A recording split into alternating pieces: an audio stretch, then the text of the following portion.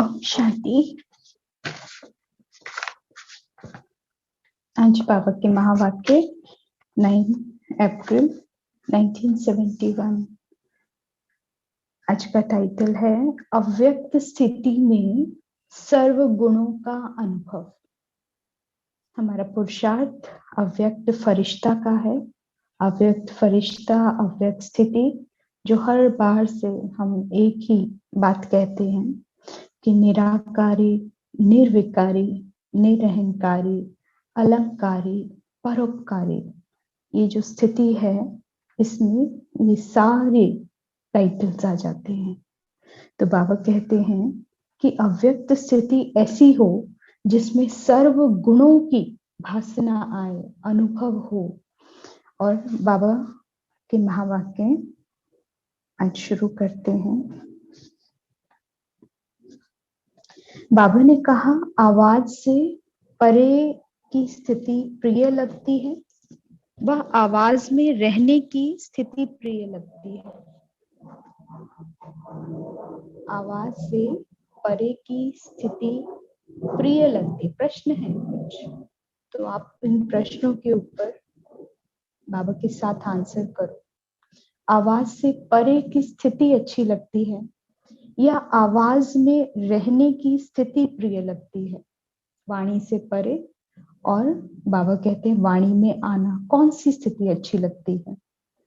कौन सी स्थिति ज्यादा प्रिय लगती है? क्या चाहते हैं कि वाणी में रहें या वाणी से परे रहें? फिर बाबा कहते हैं क्या दोनों ही स्थिति, क्योंकि बच्चे जरूर अंदर में संकल्प चलता है कि बाबा अच्छी तो वाणी से परे की स्थिति लगती है, लेकिन कर्तव्य अर्थ वाणी में घड़ी घड़ी आना पड़ता है। तो बाबा फिर कहते हैं क्या दोनों ही स्थिति इकट्ठी रह सकती हैं कि कर्तव्य भी पूरा हो और जो चाहत है, जो प्राप्ति है, जो लक्ष्य है, वो भी पूर्ण हो जाए? बाबा कहते हैं इसका अनुभव है। कौन सा अनुभव? दोनों स्थिति का इकट्ठे रहना।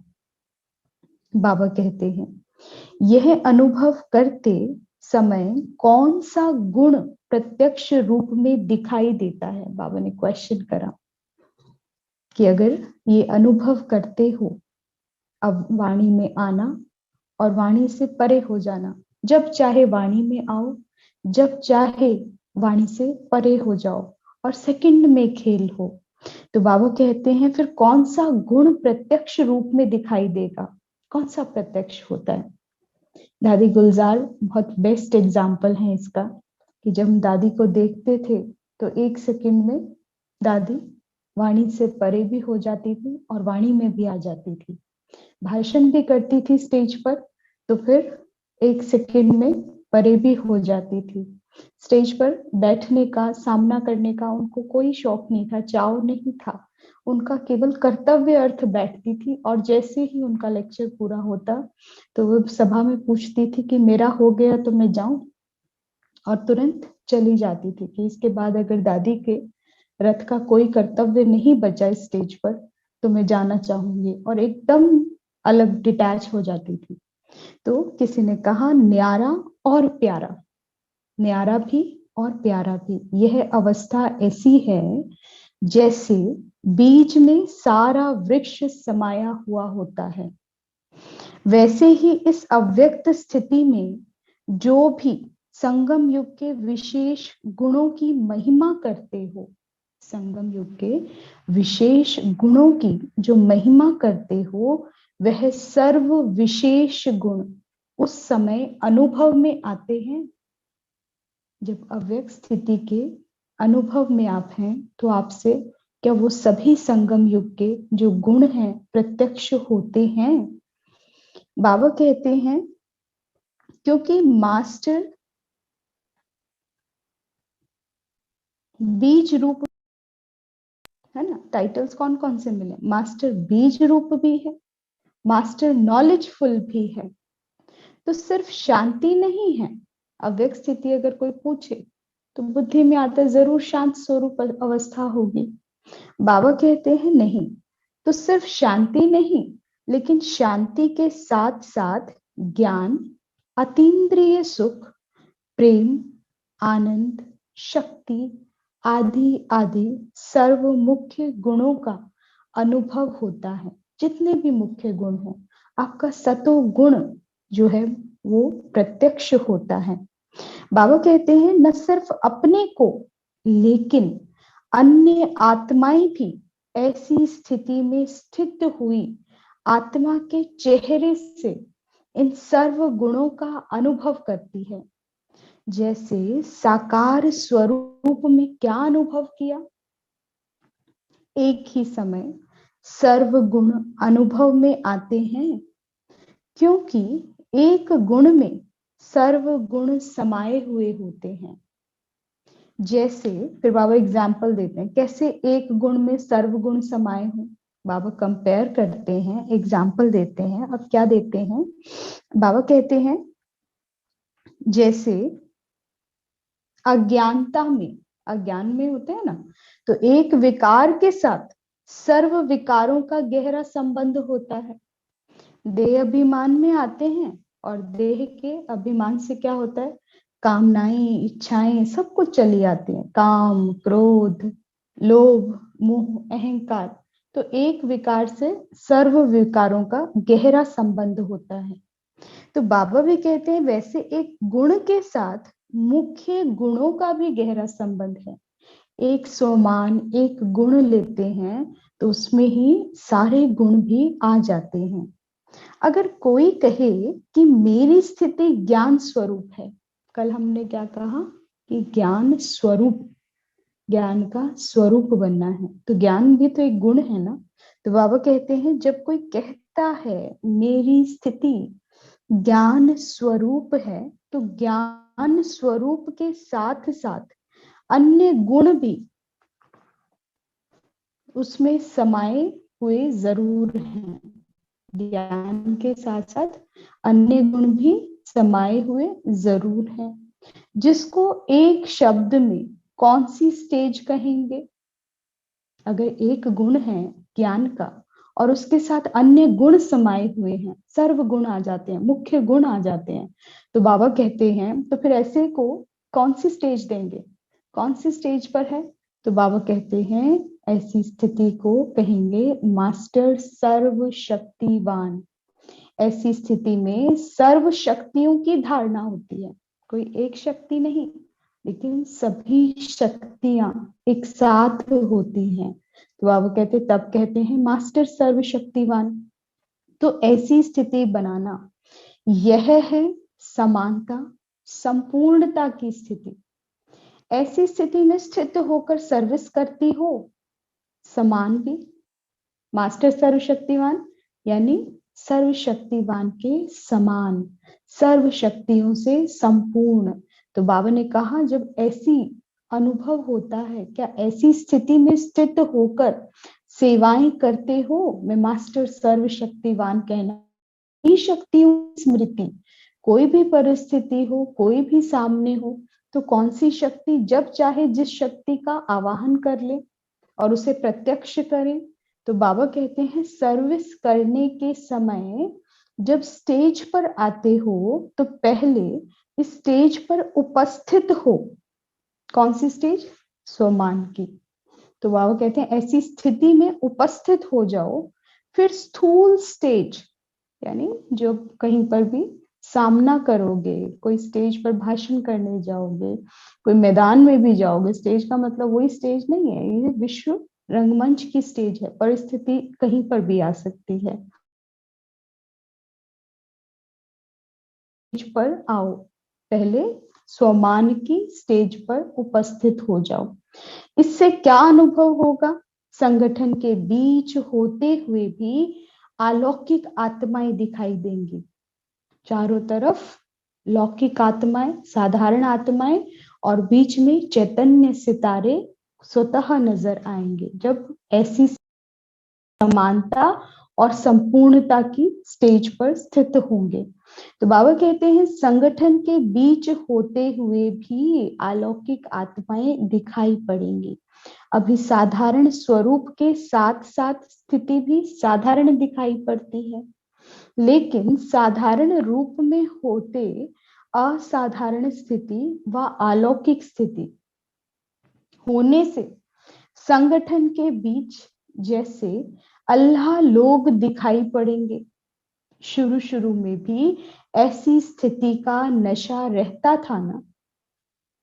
जैसे सितारों के संगठन में विशेष सितारे होते हैं, उनकी चमक झलक दूर से दिखाई पड़ती है, न्यारी और प्यारी लगती है। तो आप सितारे भी साधारण आत्माओं के बीच में एक विशेष आत्मा दिखाई दो। जब कोई असाधारण वस्तु सामने आ जाती है तो ना चाहते हुए भी, जब कोई असाधारण वस्तु सम्मुख आ जाए, आपके सामने आ जाती है, तो ना चाहते हुए भी अटेंशन जाता है ना, उस तरफ खींच पड़ती है। तो बाबा कहते हैं तो ऐसा स्थिति में स्थित हो जाओ, जो स्टेज पर आओ तो लोगों की निगाह आप लोगों की तरफ स्वतः ही जाए। जब स्टेज पर आओ तो सबके बीच में भी बाबा कहते अपने आप ही सबका अटेंशन आपकी तरफ जाए।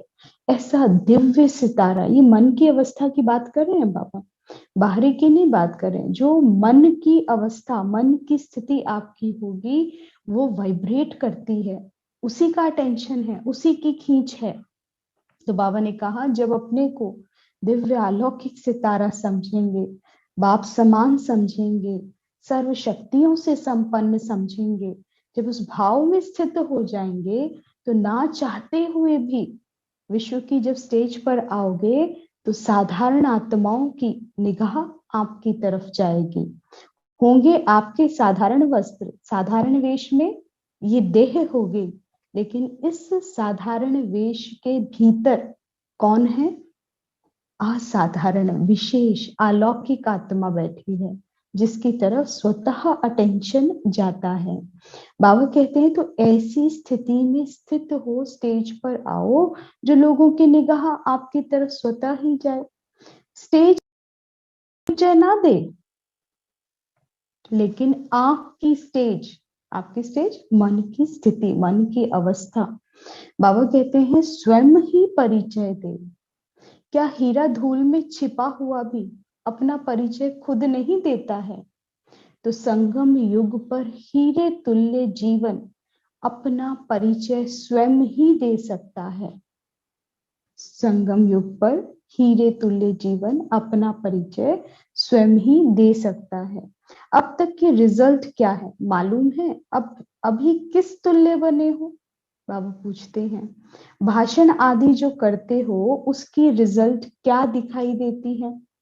वर्तमान समय में जो नंबर 1 प्रजा कहें वह भी कम निकलते हैं, साधारण प्रजा ज्यादा निकल रही है, क्योंकि साधारण रूप के साथ स्थिति भी बहुत समय साधारण बन जाती है। साधारण स्थिति मन की अवस्था, जैसे हैं वैसे ही बैठे हैं, जो कार्य कर रहे हैं वही सोच रहे हैं, व्यर्थ में भी जा सकते हैं। तो ये क्या साधारण, जैसे सभी की सोच चल रही है ऐसे आपकी भी लौकिक बुद्धि चल रही है, लौकिक मन की अवस्था है। लेकिन जो दिव्य अलौकिक स्थिति में स्थित होगा, अपने संपूर्ण स्वरूप में स्थित होगा, निराकारी निर्विकारी दिव्य अलौकिक सितारा हूँ, अलंकारी स्वरूप में स्थित होगा, परोपकारी रूप में स्थित होगा। 5 स्वरूप जो बाबा ने बताए हैं संगम पर, वो 5 स्वरूप में स्थित होगा। तो ऐसी आत्माएं अपना परिचय स्वतः देंगी। बाबा कहते हैं साधारण प्रजा निकल रही है, क्योंकि साधारण रूप की स्थिति भी बहुत समय साधारण बन जाती है। अभी साधारण रूप में असाधारण स्थिति का अनुभव स्वयं भी करो। पहले तो खुद को अनुभव, जो खुद को अनुभव होगा वो सर्व को अनुभव होगा। तो बाबा कहते हैं और औरों को भी कराओ। बहिर्मुखता में आने के समय अंतर्मुखता की स्थिति को भी साथ साथ रखो। ये बहुत इंपॉर्टेंट है अव्यक्त स्थिति के लिए, जो बाबा ने कहा शुरू में कि दोनों ही स्थिति, वाणी में आना और वाणी से परे हो जाना, क्या ये दोनों साथ साथ हो सकता है? उसके लिए बाबा कह रहे हैं कि बहिर्मुखता में आने के समय अंतर्मुखता की स्थिति को भी साथ साथ रखो, अंतर्मुखी हो जाओ। अंतर्मुखी क्या है?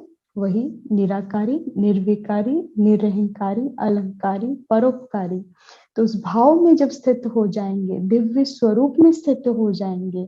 कल भी बाबा ने कहा ना, अलौकिक नशा और पारलौकिक नशा, ये स्मृति रहे, इसी का निशाना लगाओ घड़ी घड़ी। तो बाबा कहते हैं ये है अंतर्मुखता की स्थिति को साथ साथ रखना है। जितना इस स्थिति में स्थित होंगे, तो फिर जब बहिर्मुखता में आएंगे तो भी दिव्यता प्रकट होगी, अलौकिकता नजर आएगी। तो बाबा कहते हैं यह नहीं होता, इसकी कमी है, ये रिजल्ट में कमी थी कि बहिर्मुखता में आते हैं तो बहिर्मुखी ही है, अंतर्मुखी की स्मृति नहीं रहती।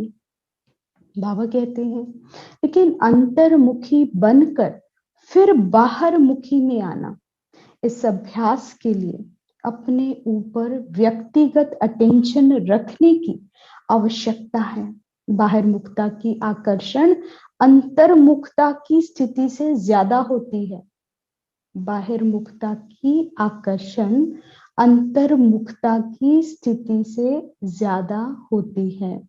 इसका कारण यह है कि सदैव अपने श्रेष्ठ स्वरूप व श्रेष्ठ नशे में स्थित नहीं रहते हैं।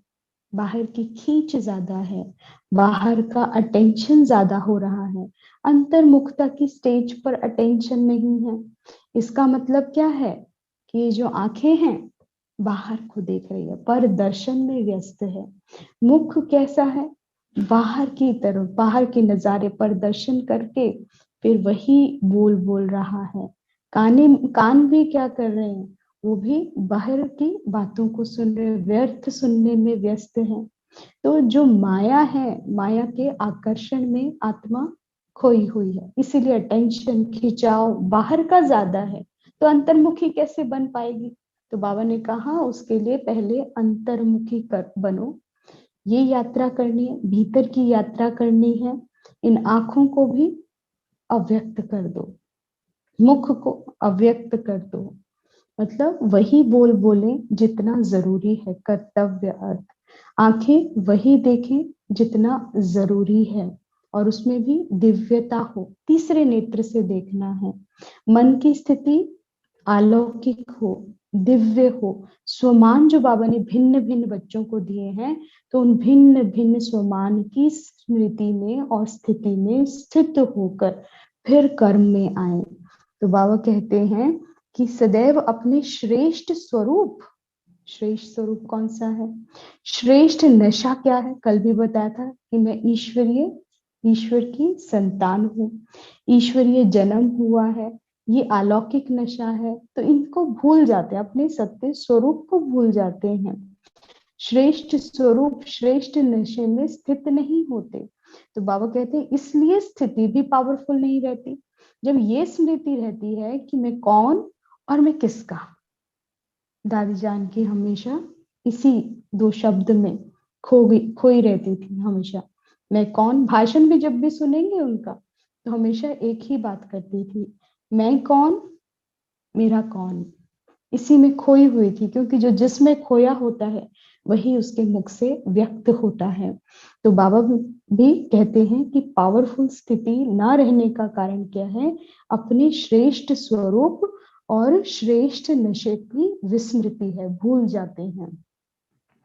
नॉलेजफुल के साथ पावरफुल भी बनकर नॉलेज दो। नॉलेजफुल के साथ साथ बाबा कहते हैं पावरफुल शक्तिशाली स्वरूप भी होना चाहिए। तो बाबा का फिर नॉलेज दो तो अनेक आत्माओं को अनुभवी बना सकेंगे। कल भी बाबा ने कहा ना, केवल ज्ञान की पॉइंट नहीं सुनानी है, वर्णन नहीं करनी है, लेकिन उस पॉइंट का स्वरूप बनना, उसका स्वरूप बनना ही क्या है? पावरफुल बनना। तो बाबा ने कहा नॉलेजफुल के साथ पावरफुल, उसका स्वरूप बन जाना जो नॉलेज दे रहे हो। तो बाबा कहते हैं तो अनेक आत्माओं को अनुभवी बना सकेंगे। अगर आत्मा की बात कर रहे हो कि हम ये शरीर नहीं आत्मा है, तो उसके लिए पहले आत्मा में स्थित हो। जब भगवान का परिचय दे रहे हो कि परमात्मा निराकार है, तो क्या उसके साथ बैठे हुए हो? क्या करण करावन हार को साथ लिया है? जब उसको साथ लेकर और फिर परिचय दोगे, तो फिर बाबा कहते हैं वो पॉइंट अनुभव कराएगी, टच होगी। योग करना और कराना, पहले स्वरूप बनना है। जो मुख से बोल रहे हो वो तुम्हें भी वो नजर आना चाहिए, वो तुम्हारे अंदर प्रत्यक्ष होना चाहिए। तो वही दूसरी आत्माओं को अनुभव कराएगा। जब हम कहते हैं मैं चमकता सितारा, दिखता तो है नहीं, लेकिन कैसे पता चलेगा कि मैं चमकता हुआ सितारा हूँ? आप भी चमकते सितारे हो। जब उसको अनुभव कराओगे कि मैं दिव्य सितारा हूँ, जब रूप में टेकोगे, तो बाबा कहते हैं ये है पावरफुल बनना। जब ऐसी पावरफुल, नॉलेजफुल के साथ साथ पावरफुल भी बनेंगे तो अनेक आत्माओं को अनुभव करा सकेंगे। अभी सुनाने वाले तो बहुत हैं, लाइन लगी हुई है, लेकिन अनुभव कराने वाले कम हैं। ईश्वर बहुत बातें करते हैं, लेकिन उसकी टचिंग, उसकी सत्यता, उसकी अनुभूति कराने वाला कोई नहीं है। सत्संग करते हैं, बड़े बड़े पाठ करते हैं, मंत्र तप कितना कुछ करते हैं, लेकिन अनुभव नहीं करा सकते। तो बाबा कहते हैं लेकिन आप बच्चे अनुभवी हैं, अनुभव आसानी से करा देते हैं। तो बाबा कहते हैं सुनाने वाले तो अनेक हैं ही, लेकिन अनुभव कराने वाले सिर्फ आप ही हो।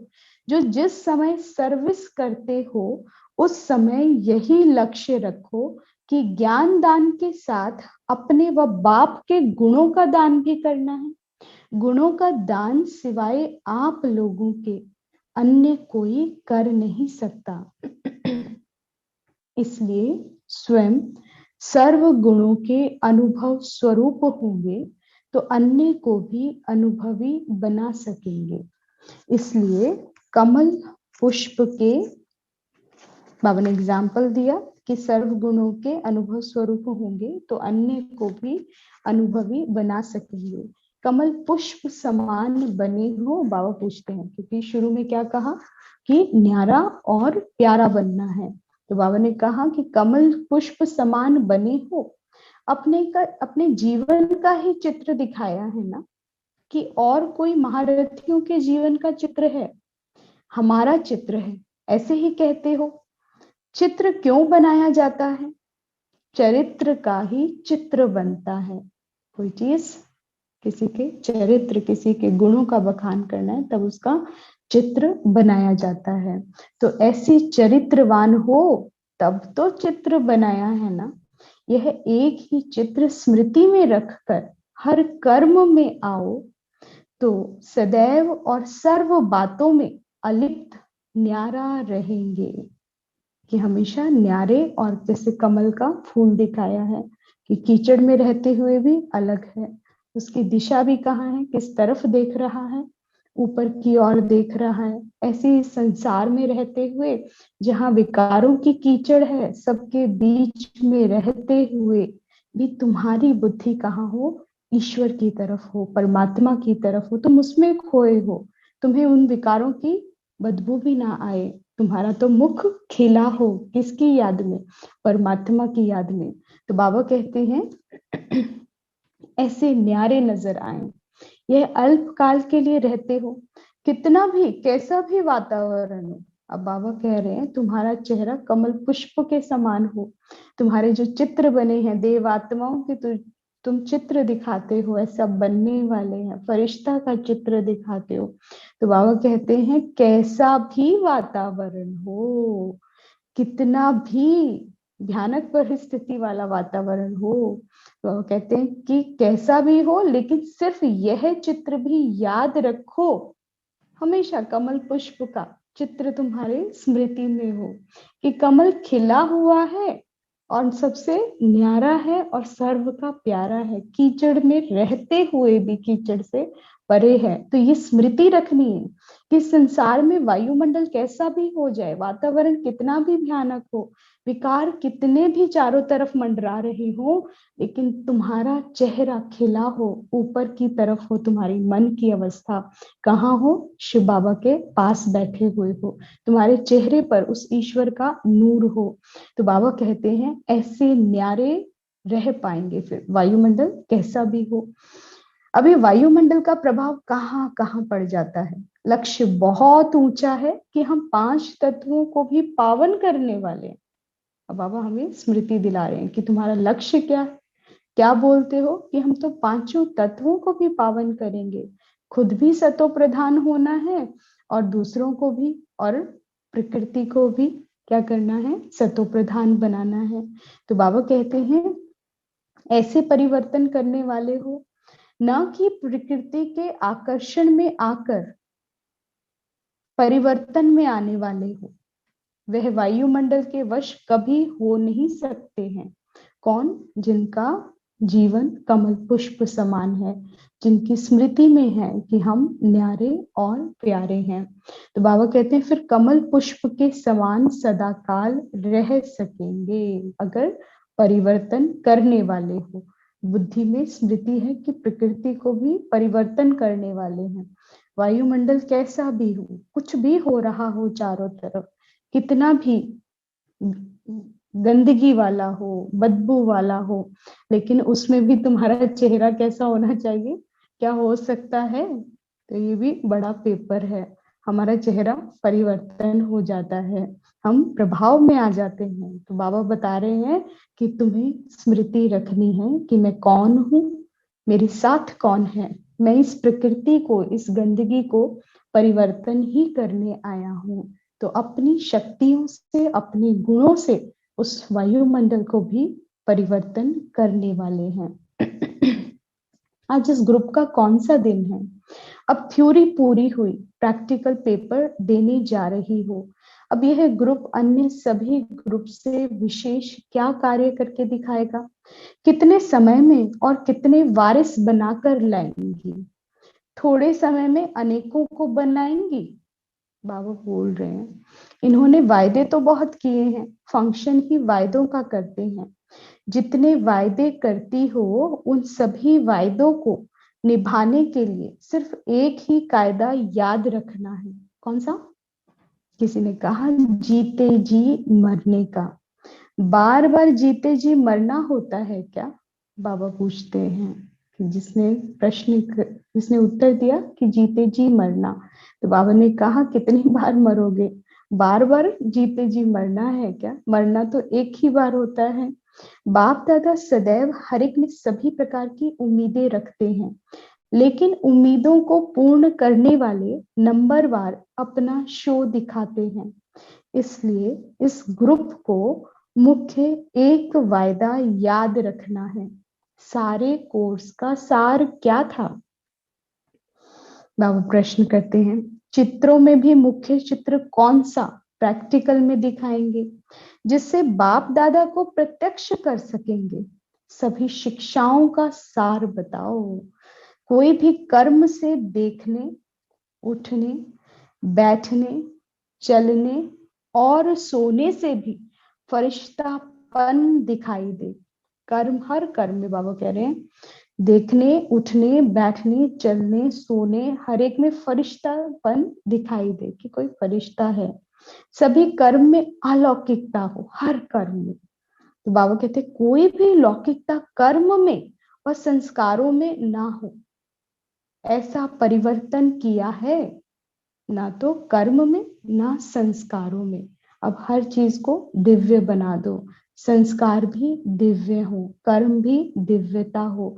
अपना उठना, बैठना, बोलना, चलना, सब में बाबा कहते हैं कि दिव्य हो जाओ। कोई भी लौकिकता कर्म में व संस्कारों में ना हो। ऐसा परिवर्तन किया है। सर्वोत्तम पुरुषार्थी के लक्षण भी विशेष होते हैं। उनका सोचना, करना, बोलना तीनों ही समान होते हैं। वह यह नहीं कहेंगे कि सोचते तो थे कि यह ना करें लेकिन कर लिया। नहीं, सोचना, फिर बोलना और फिर करना, तीनों में बाबा कहते हैं एक समान। और वो समान भी किसके? बाप समान हो। सोचना, बोलना, करना एक समान हो। जो सोचा वही बोला और वही करा, और वो भी कैसा हो? संकल्प पहला बाप समान हो। कि बाबा होते तो क्या सोचते, क्या बोलते, क्या करके दिखाते। तो बाबा कहते ऐसे श्रेष्ठ पुरुषार्थी बनो। साथ में बाबा लक्ष्य दे देते हैं कि बाप समान बनना है तो बाबा को हमेशा स्मृति में रखो संकल्प क्रिएट करने से पहले। अच्छा, यह ग्रुप जितना ही बड़ा है उतना ही शक्तिशाली स्वरूप बनकर चारों ओर फैल जाएंगे, तो फिर शक्तियां जय जयकार की आवाज बुलंद कर सकती हैं। संस्कारों के अधीन भी नहीं होना है, कोई के स्नेह के अधीन भी नहीं होना है, न संस्कारों के अधीन होना है, अपने पुराने स्वभाव संस्कार, और दूसरा किसी के स्नेह के अधीन भी नहीं होना है। ज्यादा लगाव रख लेते हैं, ज्यादा स्नेह रख लेते हैं, वो भी एक तरह की अधीनता है, बंधन बन जाता है। फिर अधीन होकर फिर कर्तव्य निभाएंगे तो फिर वो कर्तव्य कैसा होगा, बाप समान तो नहीं हो सकता। तो बाबा कहते हैं ऐसे अधीन नहीं होना। और तीसरा कहते हैं बाबा कि वायुमंडल के अधीन भी नहीं। कई बार कहते हैं ना कि वायुमंडल ऐसा था तो हमने भी बस हम नहीं कर पाए जो करने गए थे, परिस्थिति के अधीन हो जाते हैं। तो बाबा कहते हैं अब ऐसे शब्द मुख से तो क्या, मन में संकल्प रूप में भी ना आए। बाबा कह रहे हैं लेवल अब इतना हाई हो जाना चाहिए बच्चों का कि अब मुख तो बहुत दूर की बात है, वाणी तो, लेकिन संकल्पों में भी ऐसी चीज ना आए कि वायुमंडल, संस्कार और तीसरा क्या था, स्नेह के अधीन, कहीं से भी अधीनता नजर नहीं। कल क्या कहा था, अधिकारी। अधिकारी कौन सा, शिव बाबा के सर्व खजानों का, गुणों का, शक्तियों का अधिकारी बनकर फिर कर्म में आना है। तो बाबा कहते हैं फिर उससे क्या होगा, अधीनता नहीं रहेगी, क्योंकि बाप समान बन जाएंगे। लक्ष्य ही क्या रखा है, बाप समान बनने का। अव्यक्त स्थिति बनाने का लक्ष्य क्या है, बाबा के समीप बैठने का, बाप समान बनने का। तो बाबा कहते हैं मजबूर नहीं होना है। अधीनता मतलब मजबूर हो गए, तो बाबा कहते अब मजबूर होने का समय नहीं है, परंतु मजबूत होना है। अधिकारी कैसा होता है, अथॉरिटी कैसी होती है, पावर्स वाली, शक्तियों की। तो बाबा ने कहा मजबूत होना है, समझा। फिर यह कंप्लेन ना आए। अपने पुरुषार्थ की कंप्लेन भट्टी के पहले कोई निकाली थी, अपने पुरुषार्थ की कंप्लेंट भट्टी से पहले, क्योंकि भट्टी चल रही थी माउंट आबू में, तो बाबा ने कहा इस भट्टी से पहले पुरुषार्थ की कंप्लेंट पहले कोई निकाली थी, और वह क्या थी, सभी कोई ना कोई कमी कमजोरी समझते हैं। तो बाबा ने कहा निर्बलता के कारण संग दोष में आना। इस कंप्लेन को कंप्लीट करके जा रही हो। संदोष फिर बाबा ने बता दिया, 3 तरह की अधीनता कैसी भी हो सकती है। तो बाबा ने कहा कोई भी ऐसे संग में नहीं आ सकेंगी, कोई ईश्वरीय रूप से माया अपना साथी बनाने की कोशिश करे तो देखना, अपने वायदों को याद रखना। बाबा प्रश्न के साथ साथ बच्चों का साथ साथ टेस्ट भी ले रहे हैं कि कोई ईश्वरीय रूप से माया अपना साथी बनाने की कोशिश करे तो फिर क्या करेंगी। तो बाबा कहते हैं देखना, वायदों को याद रखना, नारे जो गाए हैं, एक हैं, एक के रहेंगे, एक ही मत पर चलेंगे, यह सदैव पक्का रखना। क्योंकि अगर स्नेह की भी अधीनता होगी, किसी के संग में भी आएंगे तो स्नेह जरूर होगा, फिर अधीन हो जाएंगे, फिर ये स्लोगन, ये नारा नहीं लगा सकेंगे, एक के हैं, एक के रहेंगे, एक की ही मत पर चलेंगे। ईश्वरीय रूप से माया ऐसा सामने आएगी जो उनके परखने की बहुत आवश्यकता पड़ेगी। परखने की शक्ति धारण कर जा रही हो, सदैव यह अविनाशी रखना। अब रिजल्ट देखेंगे, अल्पकाल की रिजल्ट नहीं दिखानी है, सदाकाल और संपूर्ण रिजल्ट दिखानी है। जो वायदे किए हैं इस ग्रुप ने हिम्मत भी रखी है, परंतु उन वायदों से हटाने में माया मजबूर करे तो फिर क्या करेंगे।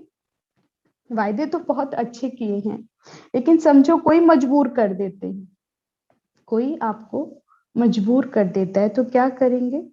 जो खुद ही मजबूर हो जाएंगे वह फिर लड़ाई क्या करेगा? मजबूर कभी लड़ाई नहीं कर सकता है। तो बाबा कहते हैं सच किसको कहा जाता है? यह मालूम है जो बात अगर संकल्प में भी आती हो, कोई भी बात अगर संकल्पों में भी आ रही है, भल बोला नहीं है, संकल्प को भी छिपाना नहीं।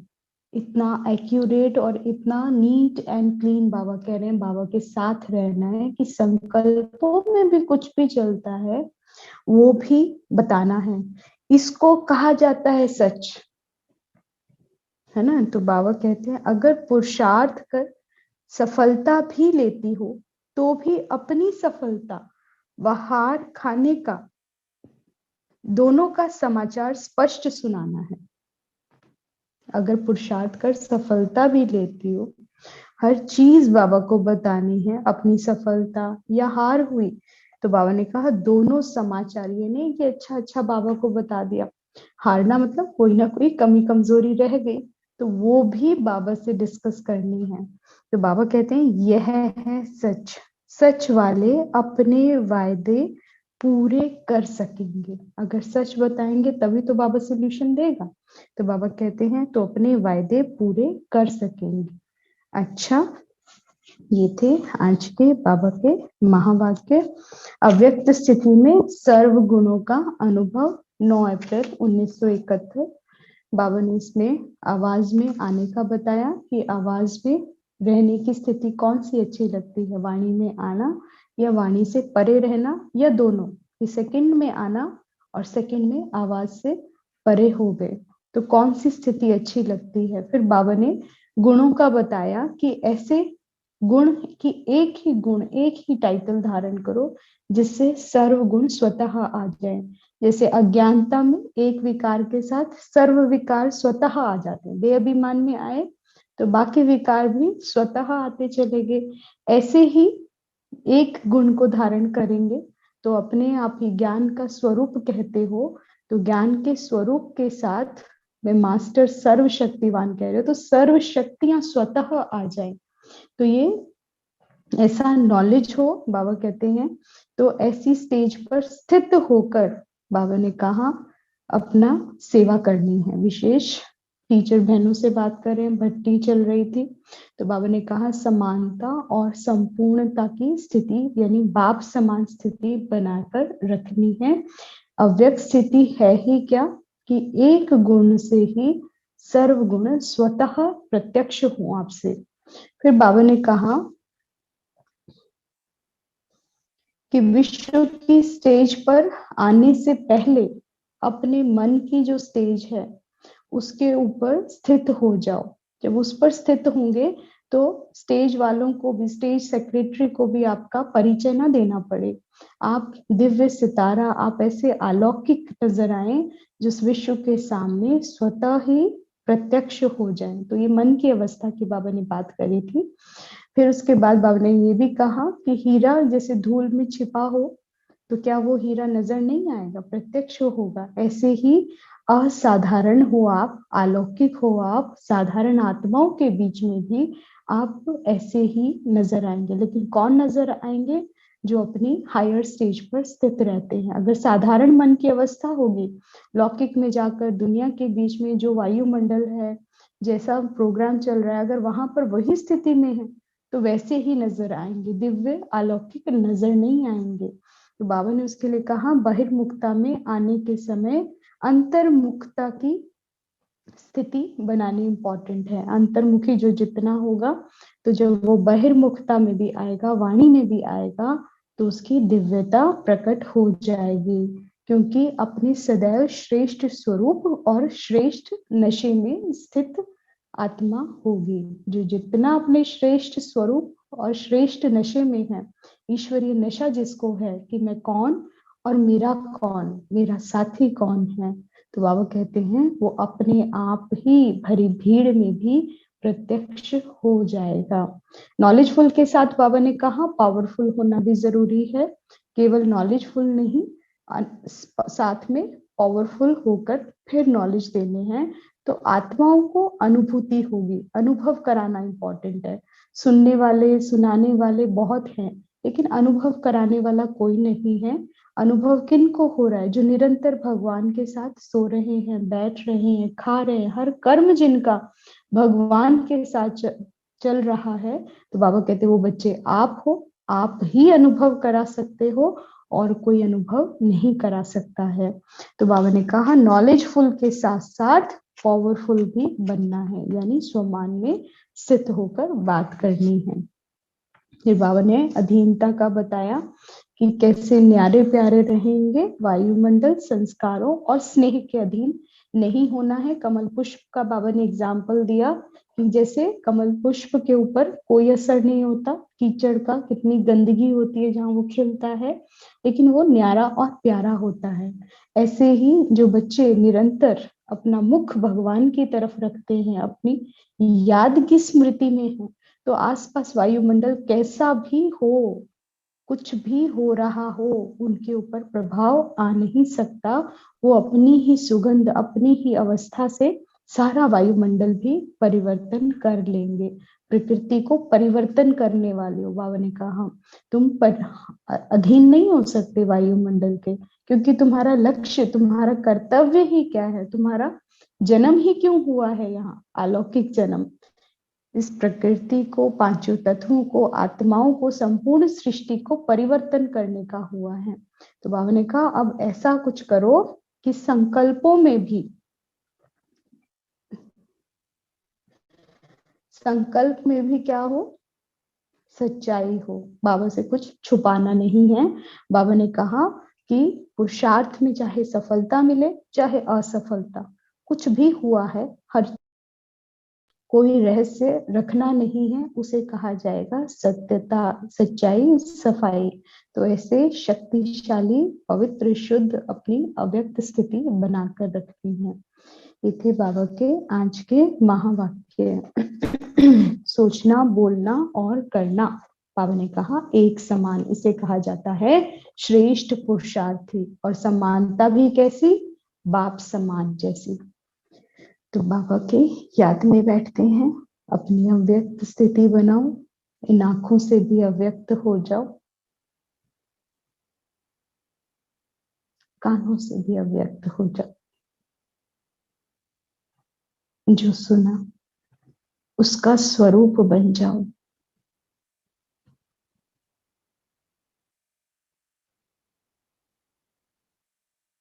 अंतर्मुखी हो जाओ।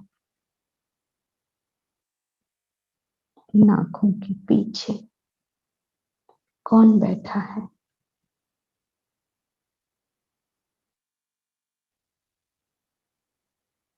मैं कौन, मेरा कौन?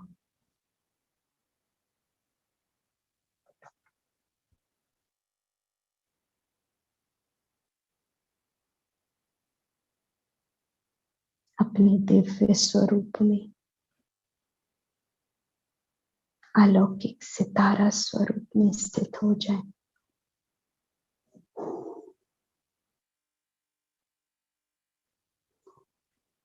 मैं ईश्वर की संतान हूँ, भगवान की संतान हूँ, बाप समान हूँ। जैसे बाबा बहुत पवित्र, एवर प्योर है, ऐसी ही मैं पवित्र आत्मा हूँ। I am holy soul, divine soul, powerful soul.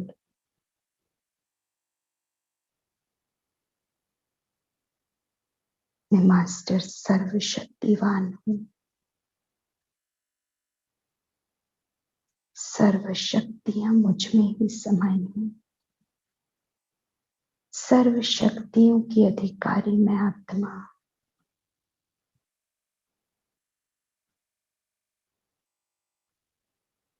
एकदम न्यारे और प्यारे हो जाएं, कमल पुष्प समान हो जाएं।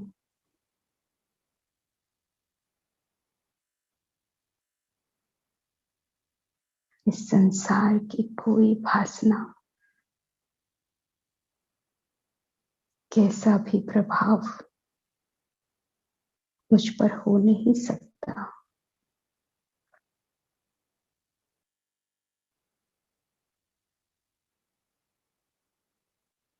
ईश्वर के साथ जुड़ी हूं मैं आत्मा का ही प्रभाव है, एक का ही रंग चढ़ा है, एक की ही याद समाई है।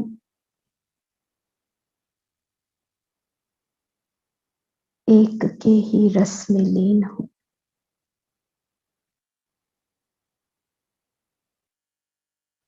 उसी के हर गुण और हर शक्ति से भरपूर हूं।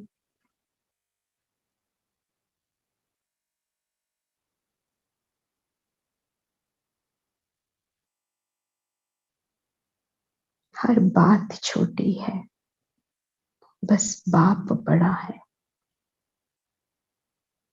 जो भी बोझ हैं, जो भी संस्कार हैं पुराने, सब बहुत छोटी बातें हैं।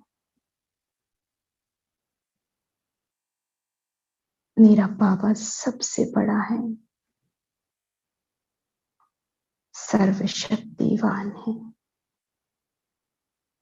उसके सानिध्य में हर बात, हर संस्कार, कैसा भी वायुमंडल हो,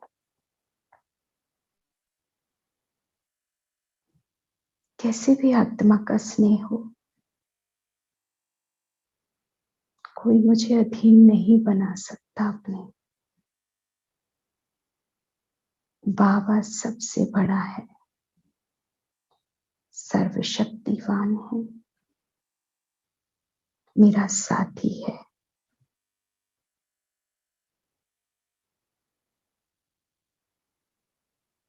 मैं उसके हर अधिकार की अधिकारी आत्मा हूं। मैं ईश्वर की संतान, ईश्वरीय खजानों के गुणों और शक्तियों की संपूर्ण अधिकारी आत्मा हूं। हर गुण, ईश्वरीय गुण, दिव्य गुण मेरा स्वभाव है, मेरा संस्कार है।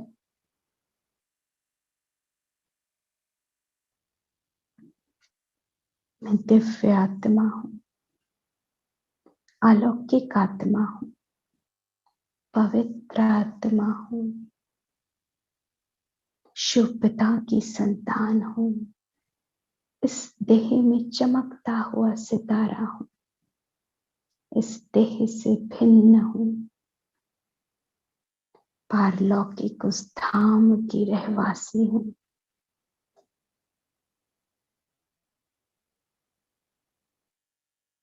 इस सृष्टि से भी न्यारी हूं, पांचों तत्वों से भी न्यारी हूं, तो इस देह से भी न्यारी हूं। शिव पिता की प्यारी संतान हूं, लाडली संतान हूं। दिल से कहो, अधिकार से कहो, बाबा मेरा है, उस सर्वशक्तिवान मेरा है, मेरा बाबा है।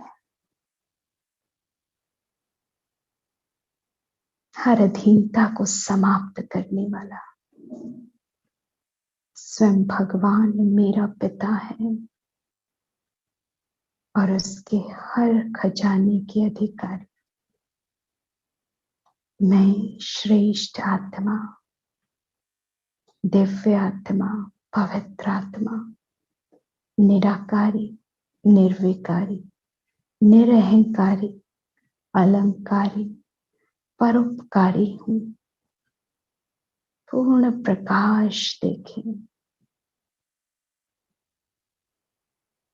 देह और देह की हर सीमा समाप्त हो गई है। मैं नूर हूं भगवान का और मेरा प्रकाश बेहद में जा रहा है, हर सीमा से परे, बेहद में। ये शक्तिशाली ऊर्जा, पवित्र ऊर्जा, शिव पिता की दिव्य शक्तियां, उस स्नेह के सागर का स्नेह सारे विश्व को कवर कर रहा है। सारे ब्रह्मांड में दिव्य अलौकिक नजारा है मेरे बाबा का। चारों दिशाएं उसकी दिव्यता से प्रकाशित हो उठी हैं। सारा ब्रह्मांड मेरे बाबा को नमन कर रहा है।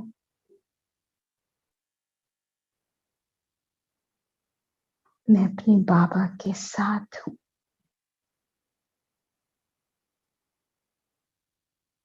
सारा ब्रह्मांड, संपूर्ण प्रकृति आज मेरी दिव्यता से प्रकाशित हो रही है। कंबाइंड हूं मैं अपने बाबा के साथ। शिव और शक्ति न केवल विश्व की स्टेज पर, ब्रह्मांड की स्टेज पर है। हर नक्षत्र, ग्रह सब मुझे निहार रहे हैं। शिव पिता की संतान को देख रहे हैं।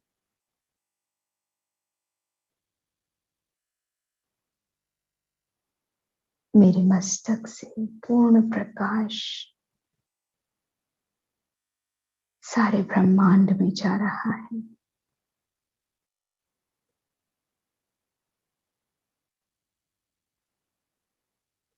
विश्व की हर आत्मा को बेहद शांति प्राप्त हो रही है। हर एक के विघ्न समाप्त हो रहे हैं। बाबा और मैं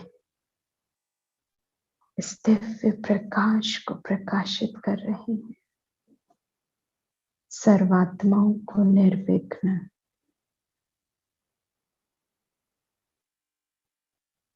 और सतो प्रधान ऊर्जा की स्मृति, एहसास, अनुभव करा रहे हैं। सबको सूक्ष्म मैसेज दो, बाबा के साथ कंबाइंड होकर। इस कल्प की अंतिम घड़ियों में भगवान आ चुके हैं।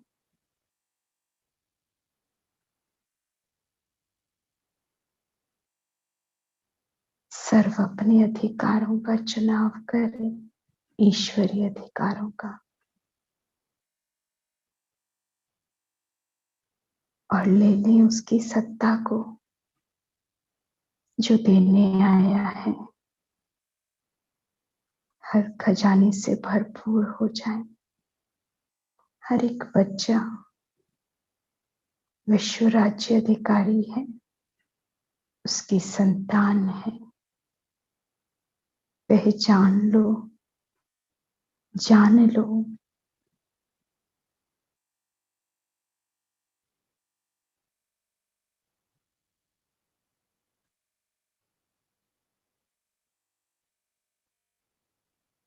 देखो अपना नजारा चारों दिशाओं में।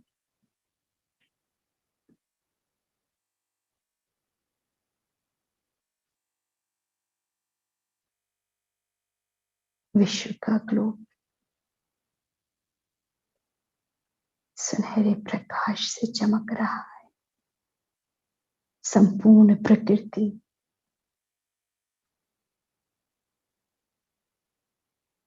नमन कर रही है।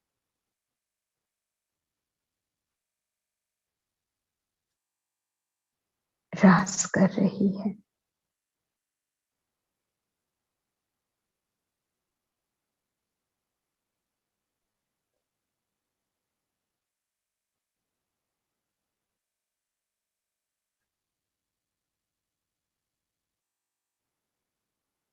अपनी ऊर्जा को समेटते हुए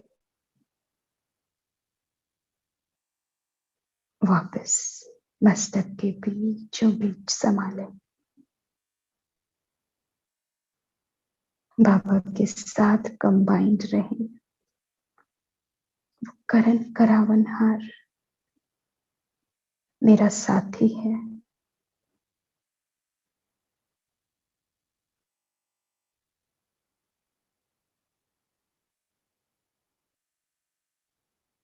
इसी भाव में 3 बार ओम ध्वनि, गहरा लंबा श्वास।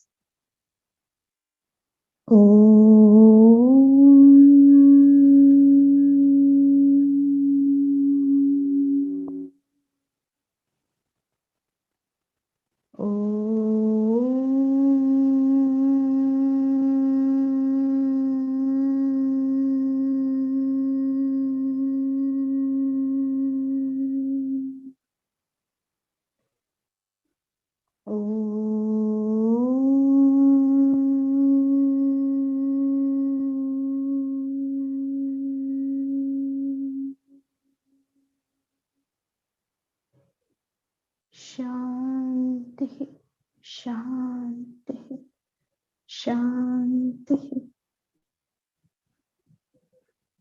दोनों हाथों को रब करें।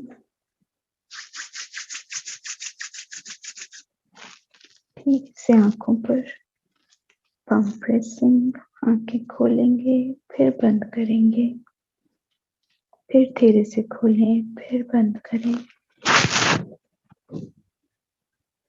धीरे से खोलते हुए ओम शांति शांति शांति।